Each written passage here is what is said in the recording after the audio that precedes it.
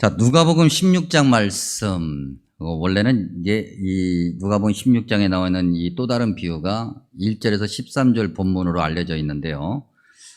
우리가 2016년도에, 그러니까 한 5년 정도 됐네요. 그렇죠? 5년 정도에 한 두 번에 걸쳐서 이 비유를 나눈 적이 있습니다. 뭐 5년밖에 안 됐으니까 뭐 생생하게 다 기억하시죠?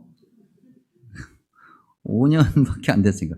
아니, 뭐, 우리 어르신들 얘기하면 뭐 40년 전, 뭐 50년 전 이야기를 엊그제처럼 기억하시는데 5년밖에 안 됐는데 뭐, 아닌가요? 예.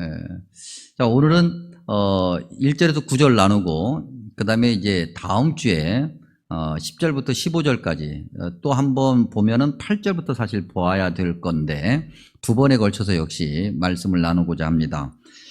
자, 오늘 이 16장 말씀은 15장에서 시작하는 하나의 어떻게 보면 끝부분 정도에 있는 셈이 됩니다. 그래서 우리가 지난 몇 주에 걸쳐서 나눴던 15장을 복습도 할 겸, 그래서 잠깐 좀 성경을 좀 펴보시고 한번 확인을 한번 해봤으면 좋겠습니다. 어떤 말씀의 흐름 가운데서 오늘 이 16장 말씀이 있는가? 15장 보면 1절과 2절이 이제 시작 지점이 되겠죠. 세리와 죄인들. 이때 이 죄인이라고 하는 것은, 남들이 그렇게 죄인이라고 부르는 그런 사람들, 정죄당한 자들, 그런 자들이 예수님의 말씀을 들으려고 예수님께 가까이 갔다. 그런데 그걸 본 바리새인들이 뭐 했습니까? 15장 2절에 보면 뭐 했어요? 수군거렸다. 이렇게 부정적으로 보는 거죠. 자, 우리가 좀 미리 당겨서 보면 15장 14절, 아니, 죄송합니다. 16장 14절. 16장 14절 끝부분 정도에 보면 바리새인들이 예수님의 말씀을 다 듣고 난 다음에 뭐 했냐면 비웃었다 그랬어요. 수군거림으로 시작해서 비웃음으로 끝나니까 바리새인들은 처음부터 끝까지 주님의 말씀을 들었다 안 들었다? 안 들었다. 왜 안 들었을까요? 지고집이 세니까, 자기 생각이 많으니까. 자, 다시 15장으로 가면요, 그런 바리새인들을 주님께서 보시고 15장 3절에 보면 그들에게 그랬어요. 그러니까 그들은 바리새인들을 이야기하거든요. 그리고 예수님의 시선이 바리새인들을 똑바로 쳐다보는 그런 시선의 모습을 지금 보고 있는 거예요. 그러니까 바리새인들을 쳐다보시면서 이제 그들에게, 그들이 어떻게 보면 1차 대상이 되는 건데 그들에게 연거푸 3개의 비유를 던지시죠. 첫 번째 비유는 3절에서 7절에 소위 잃은 양 비유고요. 그 다음에 두 번째 비유는 8절에서 10절에 잃은 드라크마 비유고, 세 번째 비유는 이 앞에 두 개 비유를 종합해서 메시지를 아주 강력하게 강조하여 담아놓은 11절에서 32절까지 잃어버린 아들의 비유가 나타나요. 자, 그런데 아까도 말씀드린 것처럼 이렇게 주님께서 연거푸 3개의 비유를 던지시면서 주님의 뜻, 주님이 원하시는 것이 무엇인가를 바리새인들에게 전달했는데 바리새인들이 듣지를 않아요. 이제 그 정도 얘기했으면 주님께서 원하시는 것이 무엇이구나, 내가 뭘 지금 잘못하고 있구나, 나의 문제점이 뭐구나 라고 하는 것을 좀 들을 만도 한데 여전히 안 듣고 있다는 거죠. 그래서 16장에 오면 주님께서 제자들에게 이르시되 라고 이야기해요. 이게 뭘 얘기하냐면 예수님의 시선이 바리새인 쪽에서 제자들 쪽으로 바뀐 거예요.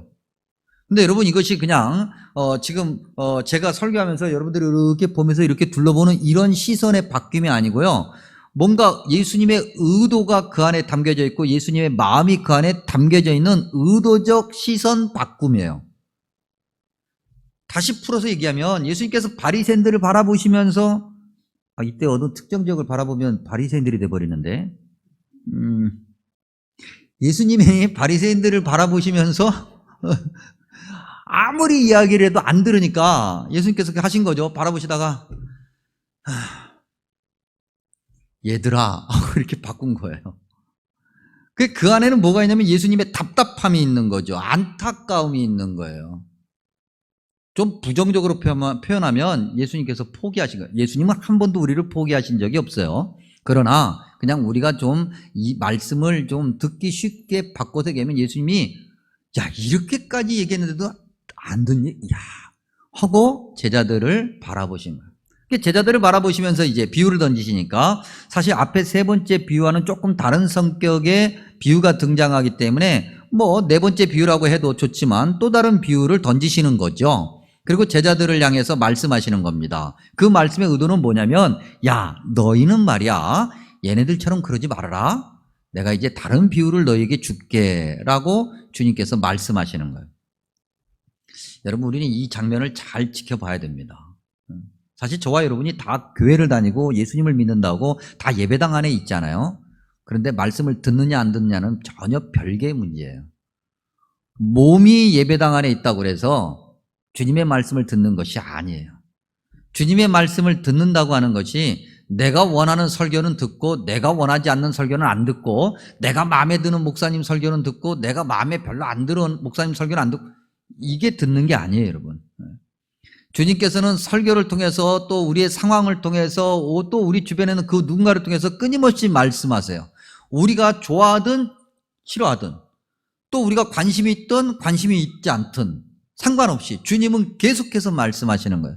그러니 우리가 들을 귀가 있어야만이 주님께서 사방에서 순간순간 말씀하시는 것을 우리가 들을 수 있어요. 그런데 우리가 그렇게 주님의 말씀을 들음에도 주님 말씀에 순종하고 말씀에 드러난 우리의 모습을 살피지 않으면 주님께서 너무너무 답답해 하시다가 우리를 향한 시선을 다른 쪽으로 돌리시는 거예요. 굉장히 중요한 거예요, 여러분. 자, 우리가 이 말씀에 대해서는 이제 나중에 9월 한 중순 정도에 가면 데살로니가 서신을 통해서 이런 말씀을 조금 더 깊이 볼 거니까 오늘은 이 정도로 좀 이 부분을 나누면서 우리가 어떻게 말씀을 드려야 될까라고 하는 것만 좀 붙잡아 보죠. 결국 결론부터 얘기하면 어떤 상황 속에서 어떻게 주님이 말씀하시든 누가 말씀하시든 그 주님의 말씀을 우리가 들을 수 있어야 한다. 그리고 이제 주님께서 이제 비유를 말씀하시는 거예요. 그게 16장 1절부터 등장해요. 근데 이 16장의 비유가 사실은 쉽지 않아요. 이 비유가. 우리에게 쉽지 않아요. 예수님 당시 사람들에게는 어렵지 않았을 거예요. 여러분 비유가 뭡니까? 비유라고 하는 것을 다시 한번 확인해 보면 말하는 자와 듣는 자가 공통적으로 일상에서 경험하는 그 어떤 것을 가지고 메시지를 전달하는 거거든요. 그렇기 때문에 굳이 설명이 필요 없어요. 듣는 사람들은. 1차 청중은 그 메시지에 대해서 굳이 뭐 아주 특별한 경우 아니면 이걸 따로 설명을 할 필요가 없을 정도로 듣는 순간 그게 무슨 말인지 아는 거예요. 그러다 보니 비유 안에 조금은 과장된 듯한 모습들이 있어요. 예를 들면 오늘 우리가 읽은 말씀에 보니까 빚을 졌는데 어떤 사람이 기름 100마리다 그랬어요. 그리고 또 어떤 사람은 밀 100석이다 그랬으니까 이게 적은 양이 아니에요. 이게 굉장히 많은 양이기 때문에 일부 이 비유를 설명하려고 하는 사람들 중에 이 빚진 자들이 부자야라고 이야기를 하려고 하는데 그건 중요하지 않아요, 여러분. 이 비유에서 이야기할 때 그들이 뭐 얼마만큼 빚을 져서 이걸 말하려고 하는 것이 아니니까. 1차 청중들은 비유를 딱 들을 때 걸릴 건 걸러요. 그리고 그 비유에서 이야기하고자 하는 메시지가 뭐냐 이걸 듣는 거니까 지금 이 비유에서 이야기하는 것은 빚진 자와 빌려준 자가 있다고 하는 거예요. 그들 사이에서 일어난 일에 관한 그런 이야기를 듣고 있는 거니까 그건 별로 중요하지 않아요. 다만 우리가 이 비유에서 한번 확인해야 될 것이 있어요. 9절 후반부에 보면 이렇게 어떻게 보면 작은 결론 같은 것이 하나 나오는데 그리하면 그 재물이 없어질 때에 그들이 너희를 영주할 처소로 영원히 거할 처소로 영접하리라. 이게 무슨 얘기냐면 마지막 날의 그 순간을 이야기하는 거예요. 근데 저와 여러분이 날마다 마지막 날을 살아간다고 그랬잖아요. 바꿔 얘기하면 우리가 언제 죽을지 몰라요. 언제 죽을지 모르는 거예요, 여러분. 그래서 예수님 믿는 사람들은 날마다 마지막 인생을 살아가는 믿음의 각오를 가지고 살아야 되는 거예요. 그 마지막이 딱 닥치면 우리가 가지고 있었던 세상 살면서 가장 소중하다고 생각하는 것들이 의미가 있어요, 없어요? 아무런 의미가 없는 거예요. 아무리 좋은 옷을 입고 아무리 좋은 집에 살고 아무리 많은 것을 누리며 살아도 죽는 그 순간에 그 모든 것들은 아무 의미가 없어요. 우리의 죽음을, 우리의 그 생명을 조금이라도 연장시킬 수가 없는 거예요. 오늘 이 비유는 그걸 강조하는 거죠. 우리가 가지고 있는 것 중에 가장 소중하게 생각하는 것이 주로 재물, 돈이기 때문에 돈을 예로 드는 거지만 돈 외에도 우리가 소중하게 생각하는 그런 것들에 집착하다가 마지막 그 순간에 너희가 결국 하나님이 원하시지 않는 모습으로 주님 앞에 설 수도 있다는 거예요. 그러한 것들을 오늘 이 비유에서 이야기를 하면서 이 설명하기 위해서 비유의 어떤 인물을 이제 등장시키는데 그가 누구냐면 불의한 청직이에요. 어찌 보면 이 비유의 주인공 같은 사람이죠. 8절에 보니까 옳지 않은 청직이다 그랬어요. 그러니까 옳지 않다, 한자어로 얘기하면 불의죠. 그래서 우리가 일반적으로 이 16장의 비유를 불의한 청지기의 불의한 재물에 관한 비유로 알려지고 있어요. 그렇게 듣고 있어요. 불의, 그러니까 옳지 않은 일을 했어요. 그러니까 옳지 않은 일을 한 그 청지기가 옳지 않은 일을 해서 얻은 그 재물, 그 재물로 그전에는 잘못 사용하고 있었는데 이 비유 끝부분에서는 제대로 사용해서 주인이 칭찬하고 마지막 그날에 주인과 함께 주인이 그를 위해서 예배해 주신 영원한 처소에 들어간다 그래요. 그리고 오늘 우리가 그 비유를 잘 알면, 그리고 그 비유대로 하면 우리도, 예수님 당시 제자들도, 그리고 심지어 바리새인들조차도 그렇게 하면 주님께서 마지막 그날에 우리를 위해서 예배해 주신 그곳에 들어갈 수 있겠죠. 반대로 끝까지 안 하면 들어가요? 못 들어가요? 못 들어갈 수도 있다. 자, 이제 그 비유 한번 좀 더 깊이 들어가면서 확인해 보죠.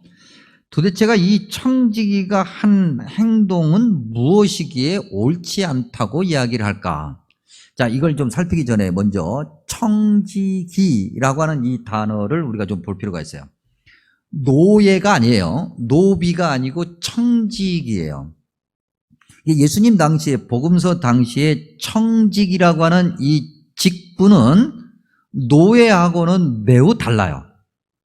주인이 있는 건 맞아요. 똑같이 주인이 있는데 노예는 그 어떤 자율권이 없어요. 노예는 시키는 것만 해야 돼요. 자기가 스스로 뭔가 주인의 것으로 뭔가 해볼 수 있는 그런 권리가 그야말로 1도 없어요. 근데 청지기는 달라요. 청지기는 주인의 것을 자기 맘대로 할 수 있는 권리가 있어요. 주인이 그만큼 신뢰해서 그 누군가를 청지기로 세우는 순간 주인의 모든 것을 맡겨요. 철저한 신임의 관계죠. 그래서 이 청지기는 상당히 어떻게 보면 권력을 가지는 그런 경우가 있고, 그 다음에 그렇게 행동함으로 인해서 주인의 것을 관리함으로 자기의 이익을 거기에서 취하는 것이 예수님 당시의 보편적인 모습이었어요. 그런 청지기이기 때문에 매우 이제 적극적이죠. 그 주인의 재산을 관리하는데 적극적인데, 그 주인의 재산을 관리하는 청지기가 옳지 않은 행동을 했다. 오늘 말씀에 보면은 1절에 주인의 소유를 낭비한다. 그러니까 낭비해서 주인에게 손해를 끼치고 주인의 뜻과, 주인의 뜻이 재산을 맡겨서 낭비하라고 하는 것이 주인의 뜻은 아니잖아요. 그러니까 주인의 뜻과 전혀 반대되는 일들을 하고 있었다는 소문이 들리고, 그걸 주인이 알고 난 다음에 청지기를 부르죠. 불러가지고, 야, 너 이런 얘기를 들었는데 너 진짜지? 내가 확인해 보니까 맞네? 너는 오늘 해고야. 그러면 이 청지기가 한 게 뭘까? 뭘 했기 때문에 이렇게 해고를 당할 위기에 봉착했을까? 6절과 7절을 보면 그 주인의 재산으로 뭔가 이윤을 발생시킬 만한 일을 했어요. 그런데 이게 좀 잘못된, 거기에 어떻게 보면 사심이 들어간, 탐심이 들어간 일을 한 거예요. 그렇죠? 성경을 보면 어떤 사람이 기름 100마를 빌렸는데 그 사람을 불러 앉혀놓고 야 50이라고 써. 이건 뭔가 선한 의미에서 탕감이 아니에요. 조금 이따 보겠습니다만 3절과 4절부터 읽어보면 선한 의미가 없어. 그래 이 사람이 한 행동은 원래 50을 빌려줬는데 100을 받아내는 그런 행동을 한 거죠. 밀백석도 마찬가지예요. 80이라 썼으니 원래 80만 빌려주고 20을 더 얹어서 100석을 받아내는 이런 일을 한 거예요. 이자놀이 한 거죠. 고리대금 같은 거. 아니면 뭐 은행에 꺾기? 뭐 이런 거 한 거예요. 네. 그러면 그 이윤, 즉 어떻게 보면은 정당하지 않은 방법으로 그렇게 이윤을 이 사람이 챙겼는데 그 이윤은 누구 거겠어요? 자기께 되는 거예요. 그러면 그 재물은, 즉 옳지 않은 행동을 해서 얻어진 재물은 옳은 재물이에요? 옳지 않은 재물이에요? 옳지 않은 재물. 그래서 불의한 재물이 돼요. 이 불의한 청지기는 그런 일을 했다. 과도한 자기의 이익을 챙겼고 갚아야 되는 채무자의 압박감을 훨씬 더 강하게 했다. 이제 꼬리가 길면 잡히는 거죠. 아까도 본 것처럼 1절에 그 청지기가 주인의 소유를 낭비한다는 소문이 들려서 주인이 청지기를 불러서 이제 책임을 묻고 해고를 시킵니다. 근데 주인이 해고를 시킨 이유, 즉 오늘 이 비유에서 결론을 가져와 이야기할 때 주인이 해고를 시킨 이유가 있어요. 아까도 우리가 봤던 9절 후반부 말씀을 청지기가 잘못 행동하고 있었던 거죠. 즉 주인이 청지기에게 모든 재산을 맡길 때 주인의 뜻과 전혀 반대되는 자기 마음대로 자기의 뜻대로 자기의 욕심대로 그렇게 행동했고 그것이 결국 마지막 그날에 주님과 함께 할 수 없다라고는 너 해고야? 라고 하는 표현으로 오늘 1절과 2절에서 나타난 거예요. 여러분 청지기가 뭐예요? 청지기가 누가복음 12장 35절에서 48절에 의하면 청지기가 어떤 자인가를 정확하게 얘기하고 있는데 청지기는 밤늦게까지 등불을 들고 잠을 못 자면서 문 앞에 이렇게 서 있다가 언제 올지 모르는 주인이, 다시 말하면 언제 마지막 날이 될지 모르는데 언제 올지 모르는 주인이 문을 두드리면 제가 여기 있습니다 하고 문을 열어주는 것이 청지기예요. 그러니까 뭐 자기 힘들다고 피곤하다고 뭐 그렇게 나태하게 게으르게 들어가서 자고 그럴 일이 아닌 거예요. 청지기는 누가복음 12장 47절에 하면 주인의 뜻을 알고 준비하고 그 뜻대로 행하는 자가 청지기예요. 오늘 비유를 듣는 저와 여러분은 모두 주님께서 맡기신 사명을 감당하는 청지기예요. 이 세상에 있는 사람 모두가 다 그래요. 여러분 창세기 1장과 2장을 통해서 우리가 뭘 봅니까? 하나님께서 천지를 창조하시고 그 다음에 사람에게 뭐라고 그랬어요? 생육하고 번성하라, 땅에 있는 것을 전부 다 정복하고 뭐하라고 그랬어요? 다스리라. 그때 다스린다고 하는 것은 지배가 아니라 관리에 관리. 세상에 있는 모든 것을 주님께서 저와 여러분에게 청지기의 직분을 주시면서 관리하라고 하신 건데 그러려면 우리가 어떻게 돼요? 주인, 즉 하나님이 원하시는 것이 무엇인가를 눈뜨고 봐야 되는 거예요. 저와 여러분에게 이제 그러한 일을 하라고 주님께서 많은 어떤 재능이라고 할까요? 아니면 무슨 뭐 어떻게 보면 우리가 가지고 있는 어떤 능력이라고 할까요? 이런 것들을 주셨어요. 어떤 이는 천부적인 재질에 의해서, 어떤 이는 직업을 갖기 위해서 훈련받은 것으로 인해서, 어떤 이는 시간이 많아서, 어떤 이는 건강이 많아서, 어떤 이는 돈이 많아서 넉넉해서, 아니 넉넉하지 않다 할지라도 여러 가지 것들을 하나님께서 주신 거예요. 나는 주님이 나에게 주신 것이 아무것도 없어. 아니에요, 여러분. 분명히 있어요. 우리가 못 보고 안 보려고 하는 것 뿐이지. 그런데 그것으로 주님의 영광을 나타내고 주님이 어떻게 하면 기뻐하실까 해야 되는데 뭔가 내 것부터 챙기는 거예요. 내 이익부터 챙기는 거예요. 불의한 청지기 같은 거죠. 예를 들어서 주님께서 말이죠. 너무나도 이렇게 춤을 잘 추는 어떤 그런 재능을 주셨어요. 근데 이 춤추는 걸로 내가 어디 가서 뭐 해가지고 돈 벌고 말이죠. 막 그렇게만 살아. 그러면 주님이 주신 것을 낭비하는 거예요. 뭔가 나에게 말이죠. 뭐 여유로운 마음과 어떤 시간과 이런 것들을 하나님이 주셨어요. 그러면 그걸로 주님이 원하시는 일을 해야 되는데 전부 다 내 것부터 챙기고 내 것에서 그냥 그쳐. 어쩌다 해도 말이지 그냥 하나 하는 둥 마는 둥에 그 낭비하는 거예요. 오늘 청지기가 그랬다고 하는 거죠. 이 청지기, 그래서 주님 앞에 가서 이제 혼나게 돼요. 아직까지는 기회가 있어요. 9절로 가면 기회가 없어요. 그런데 1절과 2절에서 아직 기회가 있는 거예요. 그래서 이 청지기가 이 난관을 어떻게 하면 헤쳐나갈까 고민하게 되죠. 그러다가 한 가지 어떻게 보면 아주 정말 기발한 생각을 하나 하게 돼요. 그런데 여러분, 그 기발한 생각이 결코 칭찬받을 만한 생각은 아니에요. 3절과 4절을 계속해서 읽어보면은 이 사람은 철저하게 처음부터 끝까지 자기 먹고 살 것에 대한 염려에 집착하고 있어요. 주인이 불렀어요. 야, 너 이런 짓을 했다며 너 잘못된 거야 라고 얘기할 때 잘못했습니다. 그러고 보니까 내가 참 문제가 있네요. 주님이 나에게 주신 것이 이렇게 많은데 내가 이것으로 참 너무 낭비했어요.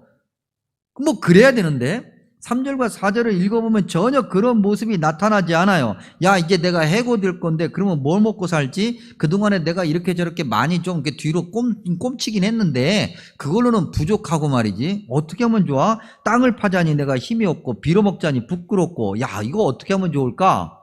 전부 다 자기 생각만 하고 있는 거죠. 야, 앞으로 어떻게 살까? 그러다가 기발한 아이디어를 생각해냈어요. 야, 그래, 그러면 되겠네. 그래서 갑자기 오래전에 썼던 모든 어떤 채무 증서들을 다 찾아가지고 채무자들을 부르기 시작합니다. 여러분, 이게 성경을 보면 5절에 주인에게 빚진 자를 일일이 불렀다 그랬어요. 이게 자기가 찾아간 게 아니에요. 부른 거예요. 이리 와. 여러분, 채무자들 입장에서는요, 실소유주, 즉 진짜 주인을 본 적이 한 번도 없어요. 항상 대리인, 청지기만 만난 거지. 그러니까 그들에게는 청지기가 갑이야. 근데 그 갑이 불러. 그러면 갑이 부를 때 좋은 일로 부르겠어요? 자기에게 손해되는 일로 부르겠어요?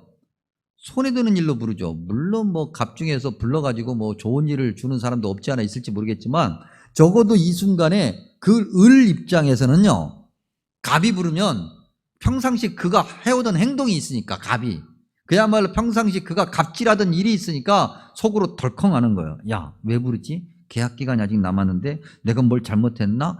혹시 내가 또 뭐 갚아야 되는 거 안 갚은 거 있어? 아니면 더 얹으려고 하나? 야, 기름을 말이지 내가 50밖에 안 빌렸는데 50마리밖에 안 빌렸는데 100마리라고 그렇게 해놓고 그 나머지 다 자기가 뜯어먹더니 혹시 이걸 더 올리려고 하나? 이런 여러 가지 복잡한 생각을 하는 거예요. 그래서 걱정해요. 눌린 마음으로 청지기를 찾아가요. 그런데 전혀 뜻밖의 일이 벌어져요. 청지기가 마음이 급했어요. 그래서 다 부르는 거예요. 일일이 기억도 안 나, 이제는. 그래서 당신 이름이 뭐요? 예, 김아무개입니다. 김아무개. 언제 빌렸어? 몇 년, 몇 월, 며칠, 뭘 얼마 빌렸습니까? 그러면 막 찾아. 증서를 찾아가지고 딱 보니까, 여기 있네. 야, 이 기름을 이렇게 빌렸구나. 그러면 말이지, 이거 당신 50만 써. 그때 이거 사실 당신이 50만 빌린 거잖아. 근데 내가 100이라고 했네? 이거 고칩시다. 그래서 50으로 하는 거예요. 밀을 100석 빌린 사람, 이렇게 보니까 사실은 80만 빌렸는데 자기가 100이라고 해놨어. 그러니까 20 저기 합시다. 그리고 다시 다 증서를 계약서를 고치는 거예요. 이 청지기가 생각하기는 이렇게 고쳐주면 나중에 이 사람들이 자기한테 신세를 졌으니까 자기가 해고되고 난 다음에 신세 진 것을 이 사람들이 좀 갖겠지라고 하는 얄팍한 생각을 한 거죠. 근데 또 한편 그 채무자 입장에서 보면 이건 갑자기 고마운 일이에요. 그렇죠?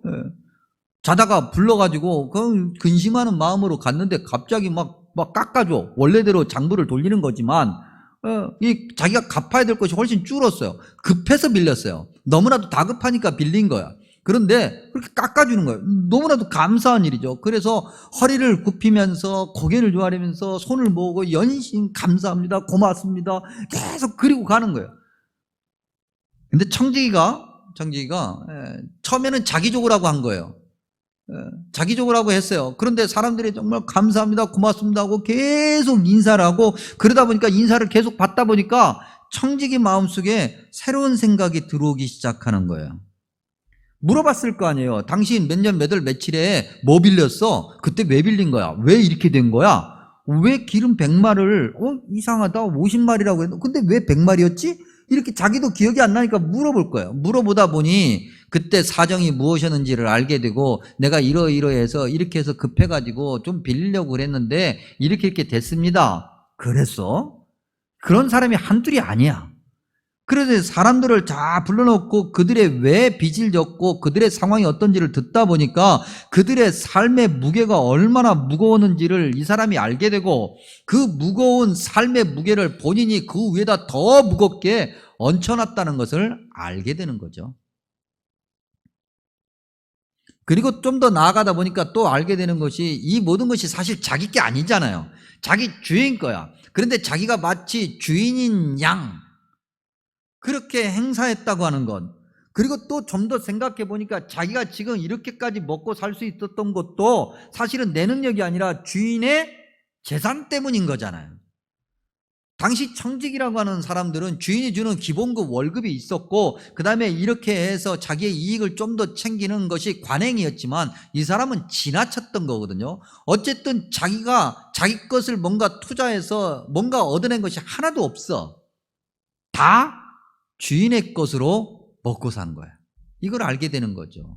여러분, 저와 여러분도 마찬가지죠. 오늘 저와 여러분이 사는 것이 우리의 능력 때문에 삽니까? 주님의 은혜로 삽니까? 주님의 은혜로 사는 거예요. 여러분, 이거 꼭 기억해야 돼요. 아주 단순하게. 여러분, 우리가 이 지구상 걸어다니면서 한 발 뗄 때마다 하나님께 세금 내요, 안 내요? 세금 내요, 안 내요? 안 내잖아요, 세금, 여러분. 우리가 이 정말 미세먼지가 많네 어쩌네 그런다 할지라도 숨 쉬면서 사는데, 숨 한 번 쉴 때마다 우리가 하나님께 세금 내요, 안 내요? 네? 숨 쉴 때마다 세금 내시는 분 아무도 안 내요. 날씨가 좋으면 햇볕 참 좋네, 꽃 구경하러 가서 참 꽃 좋네, 이런 거 하면서 여러분, 우리가 세금 내요, 안 내요? 안 내요. 하나님이 모든 것을 만들어 주신 것에 우리가 공짜로 누리고 있으면서 우리는 그것이 하나님의 은혜인지를 모르고 살아요. 아니, 인정도 안 해. 모르는 것은 그나마 나은데 그렇게 알려줘도 아니래. 마치 우리의 힘으로, 우리의 능력으로 하나님께서 우리에게 생명을 주셨기 때문에, 우리에게 하루의 생명을 연장시켜 주셨기 때문에, 오늘 우리가 팔을 움직일 수 있고 발을 움직일 수 있기 때문에, 하나님께서 그렇게 해 주셨기 때문에 오늘도 나가서 일을 할 수 있고 많든 적든 하루에 일당을 벌어 먹고 살 수 있는 건데, 하나님의 은혜라고 말하지 않아요. 청지기가 그걸 알게 되는 거죠. 그리고 난 다음에서야 깨닫게 되는 것이, 주인이 왜 나한테 이 재산을 맡겼던가, 주인의 의도가 뭔가, 주인의 뜻이 뭔가를 알게 돼요. 그래, 이 주인이 나에게 맡겨준 것을 가지고 내가 많은 사람들에게 행복을 전해줄 수 있어야 되고, 그들의 근심을 덜어줄 수 있어야 되고, 그들에게 위로가 될 수 있어야 되는데, 나만 잘 먹고 잘 살겠다고 주인의 것으로 그렇게 내 배를 채우는 그런 자였다. 이 청지기가 이제 그때서 알게 되는 거죠. 주인의 마음도 알게 되고, 주인이 원하는 것이 무엇인지 알게 되고, 어떻게 살아야 나도 행복하고 남도 행복하는지를 경험하는 순간이에요. 그러려고 그런 건 아니에요. 오늘 설교 제목처럼 그러려고 그런 건 아니었는데 하다 보니 알게 되었어요. 그리고 주인이 칭찬해요. 그 과정을 거치고 난 다음에. 그리고 돌아보니까 여지껏 주인을 한 번도 바라본 적이 없어요. 주인이 그냥 카페 부르면 가가지고, 야, 어떻게 1년 잘 관리했어? 네. 그래, 아주 수고했어. 네. 하고서는 그냥 돌아와. 주인의 얼굴을 한 번이라도 똑바로 쳐다본 적이 없어요. 주인의 얼굴, 그 눈과 눈을 딱 마주치면서 그랬으면 주인이 원하는 것이 무엇인지를 조금이라도 알았을 텐데, 그 주인의 얼굴엔 관심이 없었거든. 그래서 그냥 돌아와서 자기의 생각대로만 한 거예요. 여러분, 저와 여러분도 마찬가지예요. 주님의 얼굴을 봐야 돼. 주님의 그 눈동자를 봐야 돼. 근데 우리 주님을 볼 수가 없어요, 우리가. 그렇죠? 주님을 볼 수가 없어. 그러면 우리가 주님의 얼굴을 바라보고 주님의 눈동자를 바라보면서 주님의 뜻이 무엇인지, 주님께서 나에게 하달하시는 명령이 무엇인지를 우리가 아는 것, 그것은 무엇을 이야기하는 것일까? 어떻게 우리가 주님의 얼굴을 바라본다고 말할 수 있을까? 다른 거 없어요, 여러분. 성경 보는 거예요, 성경. 그래서 성경 보라고 목사가 입이 닳도록 잔소리하는 거예요. 여러분, 이런 말씀 나올 때마다 늘 말씀드리는데, 우리가 병원에 가면 의사가 얘기하죠. 그러면 의사가 말한 대로 해요, 안 해요? 예, 그래서 다 얘기해요. 물론 의사가 말해도 안 듣는 사람들이 있긴 있어요. 근데 그런 사람들은 꼭 그에 대한 대가를 치르잖아요. 의사가 이야기해요. 술 먹지 마시오. 당신 술 먹으면 죽어요. 그러면 그다음부터 술을 끊어. 안 먹으려고 애를 써. 당신 왜 술 안 먹는데? 의사가 먹지 말래. 그 육신의 병을 고치는 전문가인 의사가 얘기하는 건 잘 듣는데, 영적인 병을 고치고 그 안내자의 전문가인 목사가 얘기하는 것은 안 들어. 그건 목사님 생각이고 내 생각은 다르대요.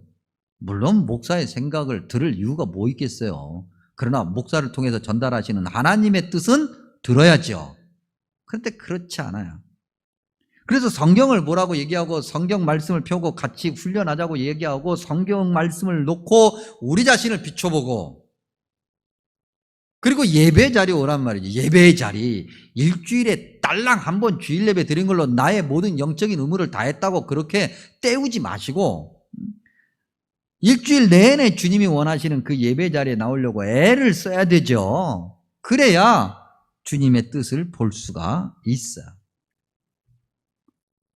오늘 성경에 보니까 불의의 제물로 친구를 사귀라. 그건 지금이라도, 그렇게 얘기하는 거예요. 주님께서 지금이라도 네가 옳지 않은 일을 해서 옳지 않은 어떤 이익이 생겼지만 지금이라도 그 이익을 가지고 주님이 원하시는 일을 해. 여지껏은 그렇게 살지 않았어요. 여지껏은 내 건강인 줄 알았고 내 시간인 줄 알았고 내 재산인 줄 알았고 전부 다 내 것인 줄 알았는데, 지금이라도, 이 비유를 듣는 순간 지금이라도 그것으로 주님이 원하시는 친구를 만들어. 그러면 마지막 그날에 너가 나와 함께 있을 거야. 앞에 15장의 비유대로 하면 주님의 잔치에 우리가 참여하고 들어갈 수 있다. 그렇죠, 여러분? 그것이 우리가 오늘 해야 될 일인 거예요. 다음 주에 8절과 9절을 포함해서 이제 15절까지 말씀을 나눌 건데요. 오늘 말씀의 어떤 결론 같은 것, 그 다음에 이제 다음 주에 나눌 말씀에 어떻게 보면 서두 같은 그런 말씀이 요한일서에 있어요. 그래서 요한일서 3장 17절과 18절을 읽으면서, 여러분들에게 읽어드리면서 설교를 마칠 건데, 읽어드리면 요한일서 3장 17절과 18절. 누가 이 세상의 재물을 가지고 형제의 궁핍함을 보고도 도와줄 마음을 닫으면 하나님의 사랑이 어찌 그 속에 거하겠느냐. 자녀들아, 우리가 말과 혀로만 사랑하지 말고 행함과 진실함으로 하자. 아멘. 기도하겠습니다.